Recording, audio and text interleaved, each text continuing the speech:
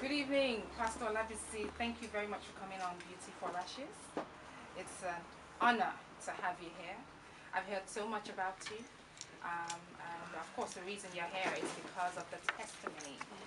It's an outstanding, alarming testimony. And I know this testimony has come only for one reason, to be able to help the people that are out there. And this is also an opportunity to talk about your book, which has been birthed from the testimony. It's called Hell on Earth. Ah, wow. I was reading a little bit about it, a little bit about your life, and I must say it's alarming.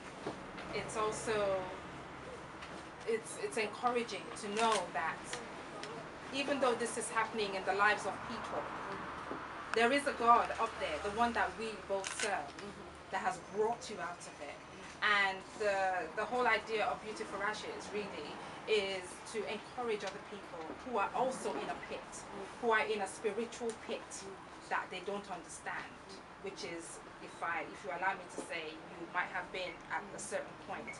Now let me read just a little bit of what you have written in the book, just to kind of water the minds of people. It says here, visualize yourself waking up one day only to discover that even though you are conscious of your normal earthly surroundings, it is as if you can now see the reality of the visible world from an invisible arena. To make matters worse, the atmosphere smells as if you are in the midst of an uncountable decomposed dead bodies. What happened? Well, it all started with me wanting to find out really what this life is really all about. You know, I've always been what I call a Christian. And that is all down to the fact that I was born in a Christian home. You know, like everybody, you believe that you are a Christian because you're born into a Christian home. And, you know, I went to church just like most people do, just for the sake of practicing what I now call religion. Yes. I also would call myself then as a great skeptic. You know, you go to church, you believe there is a God, but there's no connection. Right. You know, you believe in a God that you don't know. You didn't have a relationship. There was no relationship. It was just a question of dressing up. But the funniest thing is, even though there was no relationship, you know that this God has these powers to give you whatever you want. Right. So I would say then that my relationship with God was more to do with me asking God for what I want, which I believe that He has the power to give me.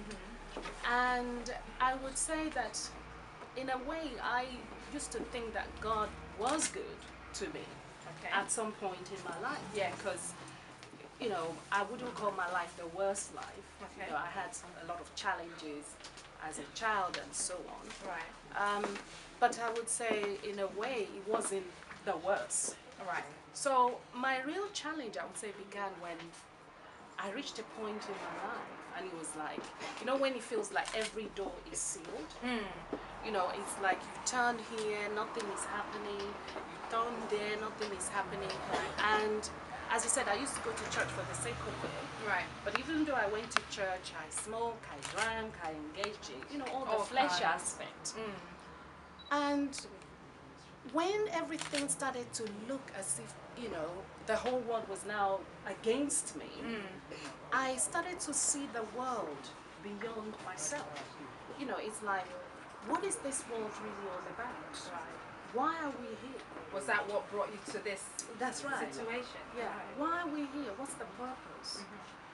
And if there is God, why does it seem as if God is unfair?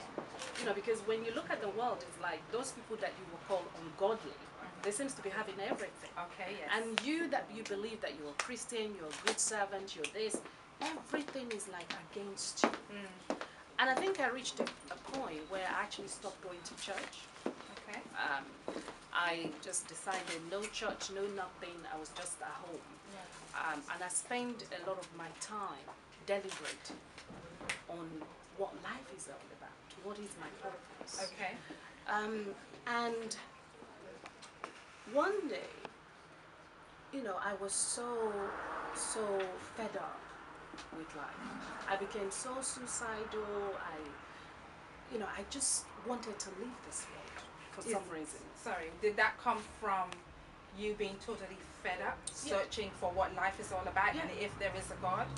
Well, it came from all the other things that I was going through as well. Okay. Because there was a lot of challenging things that was going on in my life at that time. But that also combined with the fact that I felt void, I felt lonely. It's like life doesn't really make sense whatsoever. So did you try to commit suicide? I did. Not that I physically tried to, but I saw it as my way out. Oh, right. Okay. Because at that time I was thinking, there's no point in this world. Wow. There was no hope. You wake up every day, you engage in the same thing, rat race and so on. You've got so many questions and nobody seems to be able to answer them for you. Wow.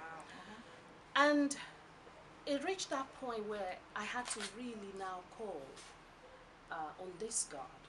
And I remember that night I cried like never before. Wow. Okay. And I said, Jesus, if you are really the Son of God, I need you now, because I need help. And it's like nobody could help me, because if you're looking at me from afar, I look like someone who had it all. Okay. A relationship, children, house, job, but there was that emptiness, that void. And the following day was a Sunday. I woke up, I did whatever it is that I normally do, and then I put on the television. And usually when I wake up, I normally watch the news channel. And that day I just thought, I need some good news. I can't just watch this. Death, violence, on this the news, and that. all the time. All the time. Yes. So I decided I need something different. Yes. So I started to flick the channel. And then I landed on one of the Christian channels. Okay. And there was this preacher. I've listened to him before, and I was just about to change the channel. He just said the word purpose. At that time, I was thinking, what is my purpose? So I listened. And then he started talking about how our purpose in this life is all designed and defined by God. Okay. And then he said the Bible is the book of promises. Okay. And we need to look at the Bible and relate the promises there to our lives today. Okay. And even though I call myself a Christian, I haven't got a clue about the Bible. Okay. So that day, after listening, it said a lot, but I just remembered the word promises. So I picked up the Bible and I said, I'm going to find those promises today. And I wanted to read the Bible from Genesis to Revelation, because I had no idea where to find anything. Okay. But I didn't get past Genesis chapter 1 verse 3. Verse 3 where it says, and God says, let there be light. Yes. And there was light. Yes. And immediately felt as if there was a scale that just dropped off my eyes. Oh, wow. I felt, as if something Had lifted. has lifted. And from that day